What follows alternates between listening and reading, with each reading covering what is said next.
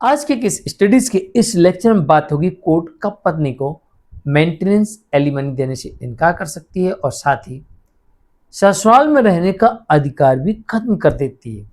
यानी कि इसका मतलब ये हुआ कि पत्नी राइट टू रेसिडेंस मांगे कि मुझे ससुराल के घर में रहने का अधिकार दिया जाए तो कोर्ट यहां पर नहीं देगी। साथ ही पत्नी पहले से ससुराल में रह रही हो तो कोर्ट यहां पर पत्नी को ससुराल से बाहर जाने का आदेश कर सकती है। ऐसा कब होता है, किन परिस्थितियों में होता है, किन कारणों से होता है, आज के इस स्टडीज के इस लेक्चर में बात करेंगे। क्या कोर्ट पत्नी को एक पैसा ना दे और साथ ही ससुराल में रहने का अधिकार ना दे। जय जैनेन्द्र हूं किस जैन। वीडियो को लाइक और शेयर कर दीजिए और इस तरह के जजमेंट्स का पैकेज पाने के लिए जिसमें लगभग आपको 200 जजमेंट्स मिलते हैं, किसी जानकारी के लिए दिए गए नंबर पर आप हमें संपर्क कर सकते हैं। नंबर 1, उस परिस्थिति में जहां पर पत्नी अडल्ट्री में हो और षड्यंत्र रच रही हो।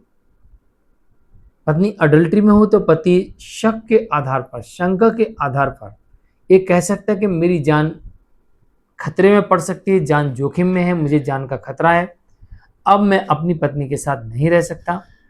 और पत्नी अडल्ट्री में है तो इसलिए उसे भरण पोषण पाने का अधिकार नहीं होता है, एलिमनी पाने का अधिकार नहीं होता है।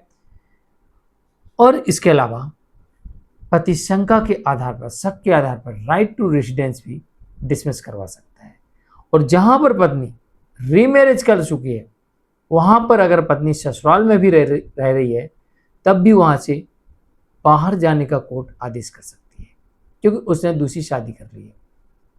तो ऐसी परिस्थिति में पत्नी को ना मेंटेनेंस मिलेगा, ना एलिमनी मिलेगी, ना ही ससुराल में रहने का अधिकार मिलेगा। और ससुराल में रह रही है तो कोर्ट बाहर भी कर सकती है। नंबर 2, पत्नी अत्यधिक क्रूर है, क्रूरल्टी कर रही। जिस दिन से वो आई है उस दिन से उसने घर में अशांति फैला के रखी है। सभी के साथ मारपीट करना, गाली गलौज करना, अपमानित करना, पिताड़ित करना, झूठी शिकायतें करना, यानी घर में ऐसा उत्पाद मचा के रखा हुआ है कि अब घर के लोगों को ऐसे लगने लगा है कि कहीं ऐसा ना हो कि पत्नी हमें झूठे केस में जेल भिजवा दे या हमारी हत्या करवा दे।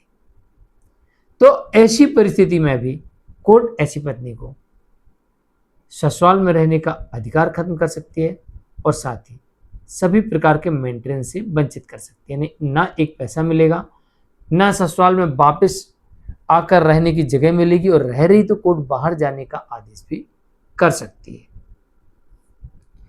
नंबर 3, अगर पत्नी के पास है पर्याप्त या भरपूर आय के साधन है तो फिर ऐसी स्थिति में पत्नी को कोर्ट एलिमनी और मेंटेनेंस देने से इनकार कर सकती है। नंबर 4, बिना किसी कारण के अलग रहने वाली पत्नी। ऐसी पत्नी जो बिना किसी कारण के अलग रह रही है तो कोर्ट ऐसी पत्नी को